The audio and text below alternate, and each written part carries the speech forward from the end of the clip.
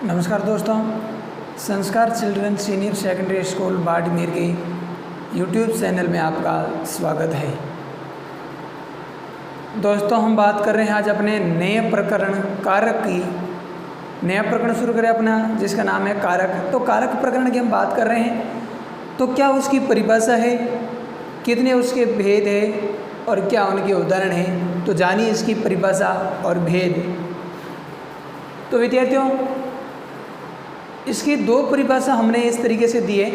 पहली परिभाषा है साक्षात क्रियान्वयी कारक, यानी सीधी सी बात है कि क्रिया के साथ जिसका संबंध हो वह कारक है।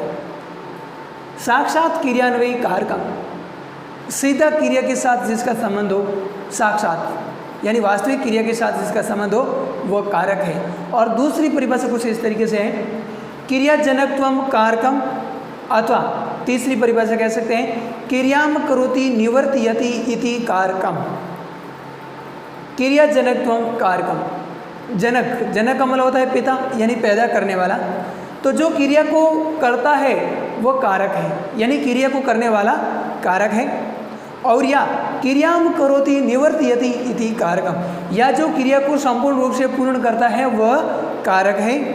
हिंदी में इस तरीके से है कि क्रिया को जो करता है, क्रिया को जो करता है, या क्रिया के साथ जिसका सीधा अथवा परंपरा से संबंध होता है वह कारक कहलाता है।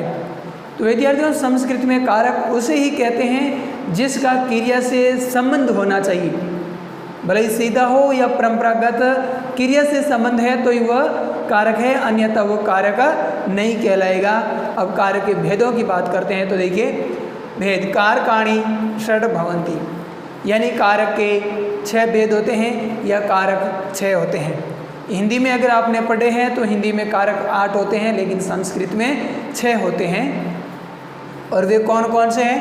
पहला है कर्ता, दूसरा है कर्म, तीसरा है करण, चौथा है संप्रदान, पांचवा है अपादान और अंतिम है अधिकरण।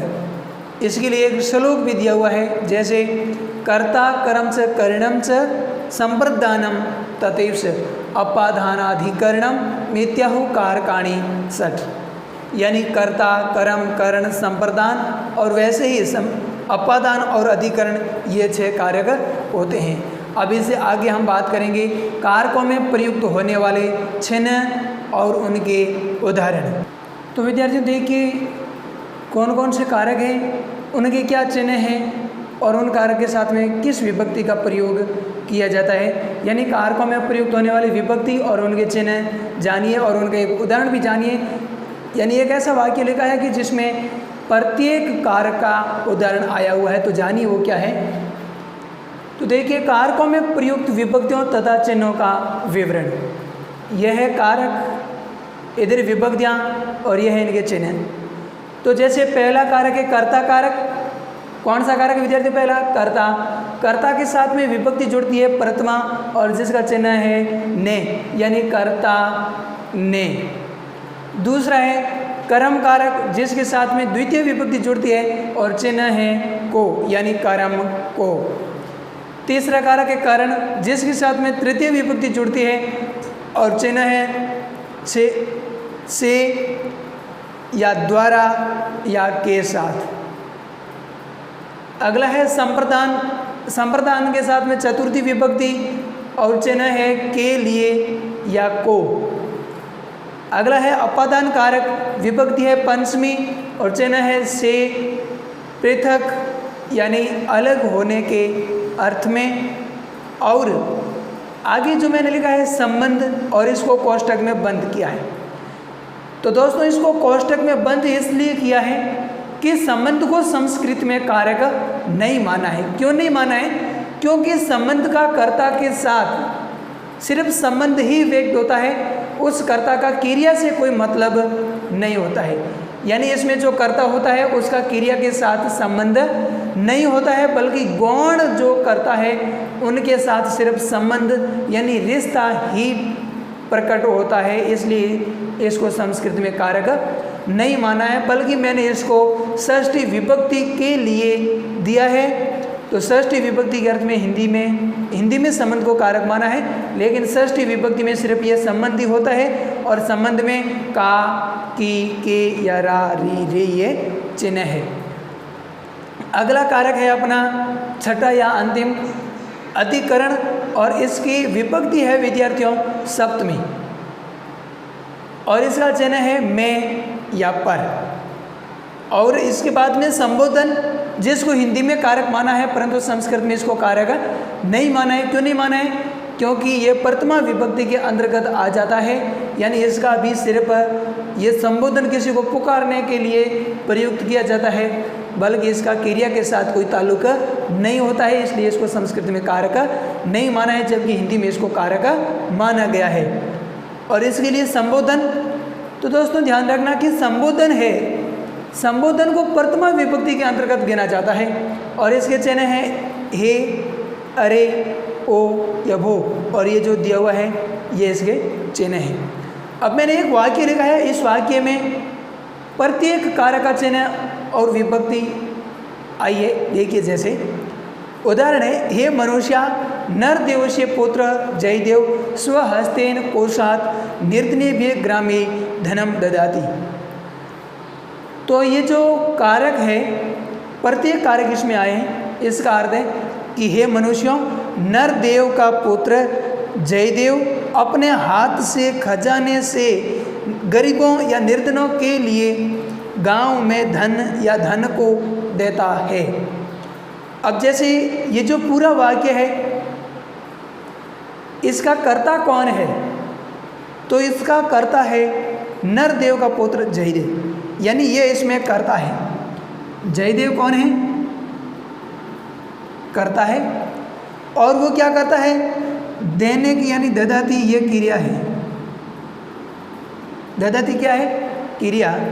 तो जयदेव इसका कर्ता है और ददाती इसकी क्या है? क्रिया। तो अब वो क्या करता है, कहाँ पर क्या देता है? तो जैसे हे मनुष्य, तो ये हे आगे यानी ये संबोधन है, तो हे मनुष्य यानी हे मनुष्यों, इसमें संबोधन विभक्ति है। नर देवस्य, तो नर देव का, नर देवस्य यानी का आ गया तो षष्ठी विभक्ति है नर देवस्य में, यानी ये संबंध है। नर देव का संबंध है किससे है? जयदेव से। किसका संबंध है? पिता और पुत्र का, यानी जयदेव किसका पुत्र है? नरदेव का। तो नरदेव का जयदेव से सिर्फ क्या है? संबंध है। क्या है? नरदेव का जयदेव से संबंध है। किसका संबंध है? पिता पुत्र का संबंध है। तो नरदेवस्य पुत्र जयदेव, तो नरदेवस्य में षष्ठी विभक्ति है और उसका संबंध किससे है? जयदेव से। तो जयदेव कौन है? कर्ता है। तो कर्ता में कौन सी विभक्ति होती है? प्रथमा। तो जयदेव प्रथमा विभक्ति का है। आगे वो क्या कर रहा है? स्वहस्तेन, यानी अपने हाथ से आया है, तो यानी तृतीय विभक्ति अर्थात करण कारक है। तो स्वहस्तेन में कौन सा? करण कारक है। स्वहस्तेन में करण कारक, यानी इसमें तृतीय विभक्ति है। क्यों? वो क्या कर रहा है? अपने हाथ से या अपने हाथों के द्वारा, तो द्वारा ऐसे आए तो वहाँ पर तृतीय विभक्ति यानी करण कारक है। आगे है कोषात, यानी खजाने से। तो खजाने से, तो वो धन कहाँ से दे रहा है? खजाने से दे रहा है। तो खजाने से धन क्या हो रहा है? अलग हो रहा है। तो इसमें से आगे यानी पंचमी विभक्ति है कोषात में। कोषात में कौन सी विभक्ति है? पंचमी विभक्ति है, यानी अपादान कारक है। अपादान का मतलब क्या है? कि अलग होना। तो ये क्या है? पृथक या अलग होने के अर्थ में। तो खजाने से धन क्या हो रहा है? अलग हो रहा है। तो इसलिए कोषात में पंचमी विभक्ति है। निर्धनेभ्य, यानी गरीबों को या गरीबों के लिए। तो किसके लिए? कि गरीबों के लिए, यानी चतुर्थी विभक्ति। तो निर्धनेभ्य में चतुर्थी विभक्ति बहुवचन है और इसमें संप्रदान कारक है। आगे है ग्रामे। ग्रामे का मतलब है गांव में। तो में आया है, में क्या है? यानी अधिकरण है, अर्थात उसका आधार है। किसका आधार है? जयदेव के क्रिया करने का आधार है गांव। यानी वो क्रिया कहाँ कर रहा है? वो धन कहाँ दे रहा है? गांव में दे रहा है। तो ग्रामे उसका क्या हो गया? आधार हो गया। तो आधार है अधिकरणम, यानी आधार में अधिकरण अर्थात सप्तमी विभक्ति होती है। तो ग्रामे में कौन सी विभक्ति है? सप्तमी, यानी अधिकरण कारक है। आगे है धनम, यानी धन को देता है। किसको देता है? धन को। तो धनम कौन सी विभक्ति है? द्वितीय विभक्ति है, यानी कौन सा? कर्म कारक है। तो धनम क्या है? कर्म। यानी जयदेव का कर्म क्या है? जयदेव कैसा कर्म कर रहा है? धन देने का कर्म कर रहा है, तो धन उसका क्या हो गया? कर्म। यानी जयदेव क्या चाहता है? धन देना चाहता है, तो धन जयदेव का क्या हो गया? कर्म। अर्थात द्वितीय विभक्ति यानी कर्म कारक है धन में। और आगे है ददाती। तो ददाती क्या है? ददाती का मतलब है देना, तो क्या देना? धन देना। तो ददाती क्या है? क्रिया है। दा धातु यानी क्रिया है, तो जयदेव करता है और ददाती क्रिया है। और ये जो नरदेव है ये क्या है? संबंध है। क्या है? संबंध। और हे मनुष्य ये क्या है? यह है दोस्तों संबोधन है। और स्वहस्तेन अर्थात यह है करण कारक। और कोशात यानी खजाने से, पंचमी अर्थात यह है अपादान। निर्धनिम है यानी संप्रदान।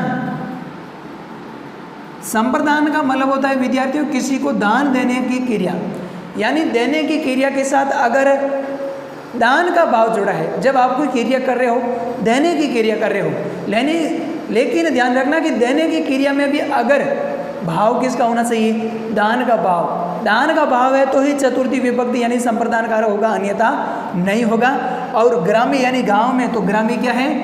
ये अधिकरण है। ये क्या है? अधिकरण है। और धनम ये क्या है? कर्म है। और ददाती क्या है? क्रिया है। और जयदेव क्या है? कर्ता है। तो ये एक वाक्य है, इसमें सभी कारक आ गए, जैसे संबोधन भी आ गया, संबंध आ गया, करण आ गया, अपादान, संप्रदान, अधिकरण, कर्म और कर्ता, यानी सारे कारक आ गए। तो इस तरीके से ये उदाहरण बहुत ही मोस्ट है, यानी इसमें प्रत्येक कारक का चिन्ह और कारक का नाम और विभक्ति आ गई है। तो इस तरीके से आपने ये कारक चिन्ह और उसमें प्रयुक्त होने वाली विभक्तियों का काम पूरा हुआ। आगे हम बात करेंगे पहला कारक यानी कर्ता कारक, अर्थात कर्ता कारक की क्या परिभाषा है और क्या उसका उदाहरण है। तो दोस्तों जानिए पहला कारक कर्ता कारक, उसका क्या परिभाषा सूत्र है और क्या उसके उदाहरण है। तो देखें, इसकी परिभाषा है स्वतंत्र कर्ता, यानी स्वतंत्र, जो स्वतंत्र होता है वो कर्ता कहलाता है। लेकिन स्वतंत्र होता है किस में? स्वतंत्र होता है किसी काम को करने में, किसी क्रिया को करने में, क्योंकि संस्कृत में कारक उसे ही कहते हैं जिसका क्रिया से सीधा संबंध होता है। तो कर्ता कारक हम उसे ही कहेंगे जिसका सीधा संबंध क्रिया से है और वो क्रिया को करने में स्वतंत्र है, तो वह स्वतंत्र कर्ता, यानी वो कौन है? वो कर्ता है, वो कर्ता कारक कहलाता है। जैसे जो क्रिया को करने में स्वतंत्र होता है वह कर्ता कहलाता है। जो किसी भी क्रिया को करने में स्वतंत्र है, आज़ाद है, तो वो कर्ता है, वो कर्ता कहलाता है। अब एक सूत्र है, ये सूत्र क्या कहता है कि कर्ता कारक में कौन सी विभक्ति होती है? तो क्या है? कर्तरी प्रथमा। कर्तरी प्रथमा, कर्तरी का मतलब है कि कर्ता में प्रथमा यानी प्रथमा अर्थात प्रथमा विभक्ति है। कर्तरी शब्द में सप्तमी विभक्ति एक वचन है, तो इसका मतलब है कि कर्ता में प्रथमा यानी कर्ता कारक में प्रथमा विभक्ति होती है। इस सूत्र से कर्ता में प्रथमा विभक्ति होती है, अर्थात जो क्रिया को करने वाला कर्ता होता है उसमें प्रथमा विभक्ति होती है। जैसे इसके उदाहरण जानिए, तो उदाहरण है रामः पठति, तो राम पढ़ता है। तो ये राम क्या है? कारक है। कौन सा कारक है? कर्ता कारक। तो राम कौन है? कर्ता। वो क्या कर रहा है? क्रिया को कर रहा है। कैसी क्रिया को? पढ़ने की। तो राम पढ़ता है, तो कर्ता कौन हो गया? राम, क्योंकि वो क्या कर रहा है? क्रिया कर रहा है और वो क्रिया करने में स्वतंत्र है। तो राम पढ़ता है अर्थात राम क्या कर रहा है? क्रिया, तो क्रिया को करने में राम स्वतंत्र है, तो राम कौन हो गया? कर्ता। दूसरा है क्रीडकः क्रीडति, इसमें राम करता है और इसमें क्रीडकः करता है। क्रीडकः का मतलब होता है खिलाड़ी, क्रीडति का मतलब है खेलता है, खिलाड़ी खेलता है। तो खिलाड़ी क्या कर रहा है? खेलने की क्रिया कर रहा है और वो खेलने की क्रिया करने में स्वतंत्र है, इसलिए ये क्रीडकः कौन हो गया? कर्ता कारक हो गया। तो इस तरीके से अपना ये कर्ता कारक पूरा हो गया। आगे बात करेंगे हम कर्म कारक की, क्या उसका परिभाषा सूत्र है और क्या उसके उदाहरण है। तो जानिए, कर्म कारक द्वितीय विभक्ति, यानी कर्म कारक में कौन सी विभक्ति होती है? द्वितीया। जैसे इसकी परिभाषा सूत्र है कर्तुरीप्सिततमं कर्म। कर्तुरीप्सिततमं, कर्तुरीप्सितम, कर्तु का मतलब है कर्ता में, कर्तु का मतलब है कर्ता, और इप्सितम का मतलब होता है चाहना।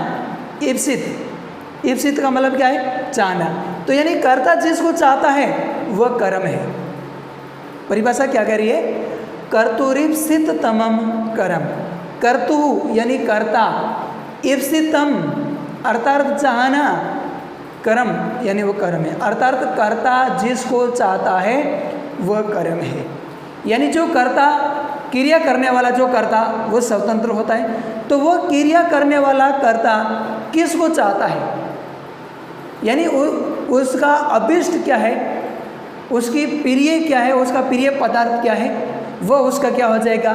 कर्म हो जाएगा। जैसे वाक्य में प्रयोग किए गए पदार्थों में से कर्ता जिसको सबसे अधिक चाहता हो, अर्थात कर्ता को जो सर्वाधिक अभिष्ट है या जो अभिष्ट हो, अभिष्ट का मतलब है प्रिय, अभिष्ट का मतलब क्या है? प्रिय, यानी कर्ता जिसको चाहता है उसे कर्म कारक कहते हैं। तो क्या है विद्यार्थियों? यानी ऐसा वाक्य, तो वाक्य में प्रयोग किए गए पदार्थों में से कर्ता किसको चाहता है? कर्ता जिसको सबसे अधिक चाहता है, या कर्ता का जो सर्वाधिक अभिष्ट है, अभिष्ट का मतलब प्रिय, या कर्ता का जो सर्वाधिक प्रिय है वह कर्म कारक कहलाता है, यानी वो कर्म कहलाता है। अब हमने ऊपर क्या लिखा है कि कर्म कारक में द्वितीय विभक्ति होती है, तो कर्म कारक में द्वितीय विभक्ति किस सूत्र से होती है? उसके लिए दिया है कर्मणि द्वितीया, यानी कर्मणि यानी कर्म में द्वितीया, अर्थात कर्म कारक में द्वितीय विभक्ति होती है। तो कर्म कारक में कौन सी विभक्ति का प्रयोग किया जाता है? द्वितीय का। जैसे उदाहरण जानिए इसके, मोहन चित्रम पश्यति, मोहन चित्र को देखता है। तो मोहन कौन है? कर्ता है, वो क्या कर रहा है? देखने की क्रिया कर रहा है, लेकिन वो किसको देख रहा है? चित्र को देख रहा है, चित्र को। तो मोहन किसको चाहता है? चित्र को देखना चाहता है, तो चित्र उसका क्या है? कर्म है। यानी कर्ता जिसको चाहता है वो उस वाक्य का क्या होता है? कर्म। तो कर्ता कौन है? मोहन। मोहन कैसी क्रिया कर रहा है? देखने की, लेकिन वो किसको देख रहा है? चित्र को देख रहा है, तो चित्र उसका क्या हो गया? कर्म। और चित्र उसका क्या है? सर्वाधिक अभिष्ट है, इसलिए कर्म। और कर्मणि द्वितीय से, कर्म कारक में द्वितीय, यानी चित्रम में कौन सी विभक्ति है? द्वितीय। जैसे रामः प्रथमा विभक्ति का है, क्रीडकः प्रथमा विभक्ति का है, वैसे ही चित्रम कर्म है, तो यह कर्मणि द्वितीय से चित्रम में कौन सी विभक्ति हो गई? द्वितीय। अध्यापकः ग्रंथम पठति, अध्यापक ग्रंथ को पढ़ता है, तो कर्ता कौन है? अध्यापक। क्या कर रहा है? वह पढ़ने की क्रिया कर रहा है, पढ़ने की क्रिया तो कर रहा है, लेकिन वो किसको पढ़ रहा है? ग्रंथ को पढ़ रहा है। तो अध्यापक किसको पढ़ना चाहता है? ग्रंथ को पढ़ना चाहता है, तो ग्रंथ उसका क्या हो गया? अध्यापक का कर्म हो गया। तो इसलिए ग्रंथम, इस कर्ता का ग्रंथम क्या है? कर्म, यानी अध्यापक का कर्म क्या है? ग्रंथम। और कर्मणि द्वितीय से ग्रंथम में कौन सी विभक्ति है? द्वितीय, क्योंकि ग्रंथ क्या है? कर्म है, तो कर्मणि द्वितीय से ग्रंथम में क्या हो गया? द्वितीय विभक्ति, यानी ग्रंथम द्वितीय विभक्ति एक वचन का है। तो इस तरीके से अपना ये कर्म कारक भी पूरा हो गया। आगे हम बात करेंगे कर्ण कारक की।